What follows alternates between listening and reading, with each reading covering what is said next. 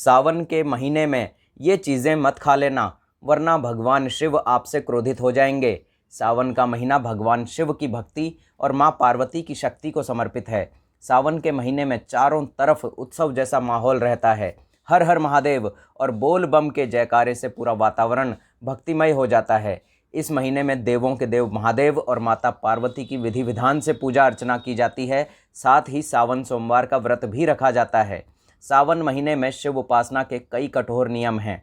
इन नियमों का पालन अनिवार्य है। अनदेखी करने से भगवान शिव रुष्ट हो जाते हैं। अगर आप भी भगवान शिव का आशीर्वाद पाना चाहते हैं तो सावन महीने में शास्त्र संगत नियमों का अवश्य पालन करें।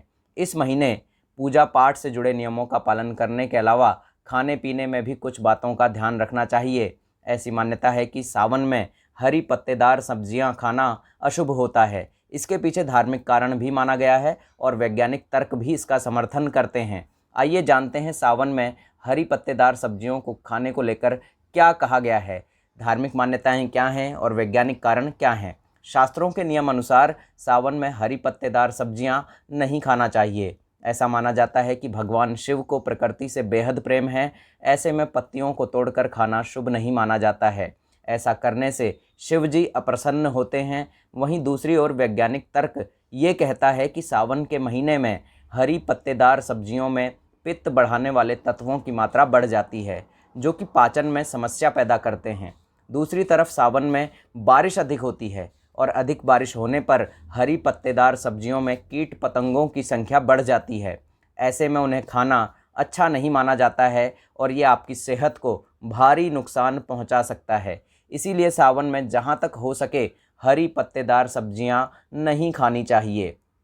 आइए दोस्तों, सबसे पहले जानते हैं कि हमें सावन के महीने में कौन से काम करने चाहिए।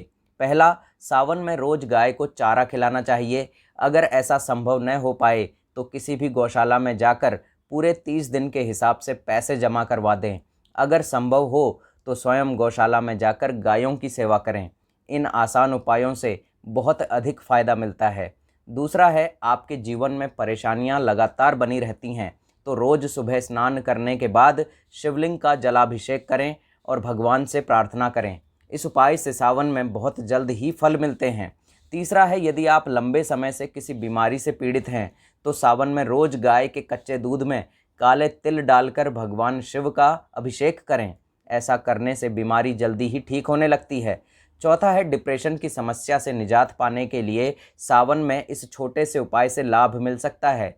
सावन के हर सोमवार को चावल और गाय के दूध से बनी खीर भगवान शिव को अर्पित करनी चाहिए। इससे मानसिक तनाव दूर हो जाता है।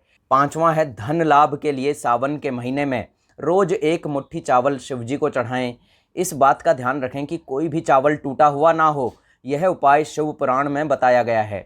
छठा है, वैवाहिक जीवन में किसी भी तरह की समस्या से परेशान हैं तो सावन में पति पत्नी साथ मिलकर भगवान शिव को पंचामृत से अभिषेक करें। इससे वैवाहिक जीवन में खुशहाली बनी रहती है।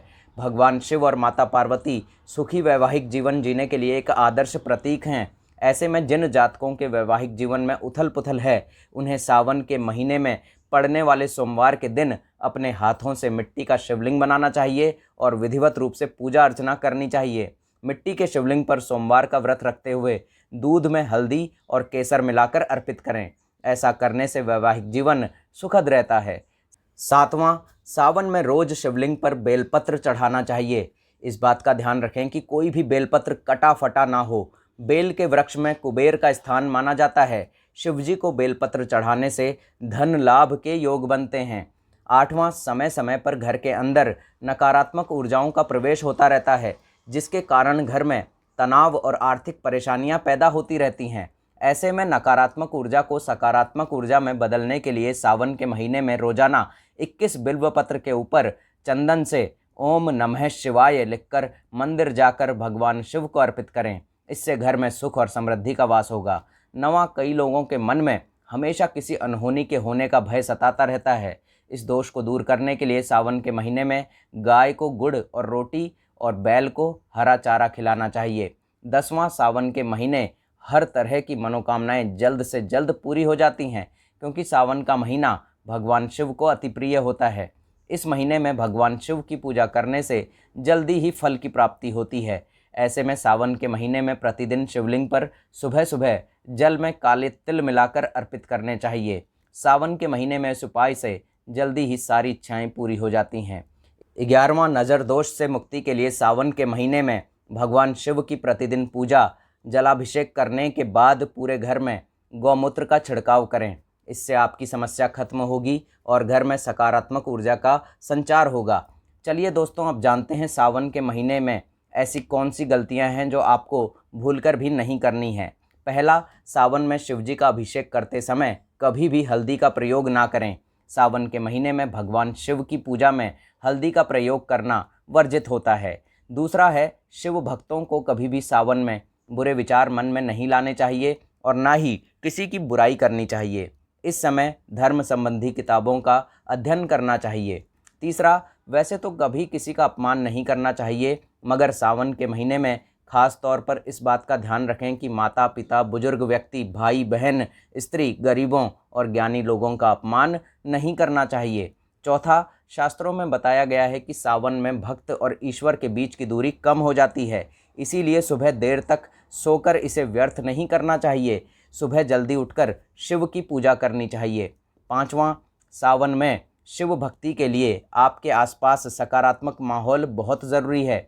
उसके लिए आप हमेशा अपने घर में साफ सफाई रखें। घर में पुरानी पड़ी और प्रयोग में न आने वाली वस्तुओं को हटा देना चाहिए। छठा है, पुराणों के अनुसार सावन महीने में स्त्री पुरुष प्रसंग से बचना चाहिए। ब्रह्मचर्य व्रत के नियमों का पालन करना चाहिए। इससे नरक की यातना भुगतनी पड़ती है और अगले जन्म में पशु योनि में जन्म लेना पड़ता है। सातवां, अगर घर के द्वार पर कोई गाय या बैल आए तो उसे मारकर भगाने की बजाय कुछ खाने के लिए ज़रूर दें। बैल को मारना भगवान शिव की सवारी नंदी का अपमान करने के समान है। आठवां, इसके अलावा शरीर पर तेल लगाने से भी परहेज़ करना चाहिए। साथ ही भोजन के लिए कांसे के बर्तनों का इस्तेमाल करना चाहिए। नवां, सावन में पूजा के समय भगवान शिव या शिवलिंग को केतकी अर्पित करने से बचना चाहिए। इसके अलावा दिन के वक्त सोने से भी बचना चाहिए। जहाँ लोग भगवान शिव को प्रसन्न करने के लिए व्रत रखते हैं और पूजा करते हैं, वहीं सावन में सोमवार के दिन भगवान शिव, माता पार्वती और नंदी की पूजा भी की जाती है। इसके साथ ही सावन के महीने कई ऐसी चीज़ें हैं जिन्हें इस दौरान खाने की मनाही है। एक और जहाँ ये चीज़ें वात दोष बढ़ा देती हैं, वहीं इन चीज़ों के सेवन करने से सेहत से जुड़ी समस्याएं भी हो सकती हैं। ऐसे में सावन के महीने में धार्मिक मान्यताओं के अनुसार मुख्य रूप से इन चीज़ों का इस्तेमाल नहीं करना चाहिए। पहला, शास्त्रों में सावन के महीने में बैंगन का खाना वर्जित माना गया है, उसे अशुद्ध बताया गया है। इसीलिए बैंगन को द्वादशी, चतुर्दशी और कार्तिक मास में भी खाने की मनाही कही गई है। हिंदुओं के अलावा जैन धर्म के लोगों में भी बैंगन को खाने की पाबंदी होती है। बैंगन को अशुद्ध माना जाता है। वहीं अगर दूसरा पक्ष देखा जाए तो बारिश के दौरान बैंगन में कीड़े ज़्यादा लगे होते हैं जो आपकी सेहत को नुकसान पहुंचा सकते हैं। दूसरा है दूध। सावन में व्रतधारी को दूध का सेवन भी नहीं करना चाहिए। दरअसल सावन में मौसम परिवर्तन होता है, जिससे कई छोटे छोटे कीड़े मकोड़े भी पनप जाते हैं। कभी कभी गाय भैंस उनको खा जाती हैं, इसीलिए उनका दूध हानिकारक हो जाता है। इसीलिए इसके अलावा धार्मिक मान्यता है कि भगवान शिव को भी दूध चढ़ाया जाता है, तो दूध का सेवन करना वर्जित है। तीसरा है, मांस मदिरा से दूर रहें। हिंदू धर्म में सावन का विशेष महत्व बताया गया है, इसीलिए इस महीने में मांस मदिरा का सेवन नहीं करना चाहिए। इससे आपका मन अशुद्ध होता है और अशुद्ध मन से भगवान की पूजा नहीं की जाती है। इसके अलावा बारिश के मौसम में हरी सब्जियों को खाने से गैस की शिकायत बढ़ती है। साथ ही पत्तेदार सब्जियों में बैक्टीरिया और कीड़े भी लगे होते हैं, जिसे खाने से पेट दर्द और अन्य शिकायतें हो सकती हैं। चौथा है, अगर आप पूरे सावन के महीने में व्रत रख रहे हैं तो आपको लहसुन और प्याज को नहीं खाना चाहिए। सावन के महीने में लहसुन और प्याज खाने की मनाही होती है, इसीलिए जब तक सावन का महीना है उतने दिनों तक इन दोनों ही चीज़ों को खाने से बचना चाहिए। पांचवा है, श्रावण मास में शिवलिंग का दूध से जलाभिषेक करना काफ़ी महत्वपूर्ण माना जाता है। इसी कारण इस महीने दूध पीने से परहेज़ करना चाहिए। भाद्र मास में दही की तरह सावन में दूध से परहेज़ करना चाहिए। दोस्तों, इस वीडियो का उद्देश्य मात्र आपको बेहतर जानकारी देना है। इस संदर्भ में हम किसी भी प्रकार का कोई दावा नहीं करते हैं। दोस्तों, आज की हमारी वीडियो अगर आपको अच्छी लगी हो तो चैनल को सब्सक्राइब ज़रूर कर लीजिएगा और कमेंट बॉक्स में जय श्री राम ज़रूर लिख दीजिएगा। प्रभु श्री राम आप सब पर सदैव अपनी कृपा बनाए रखें। वीडियो के अंत तक बने रहने के लिए आप सभी लोगों का बहुत बहुत धन्यवाद दोस्तों।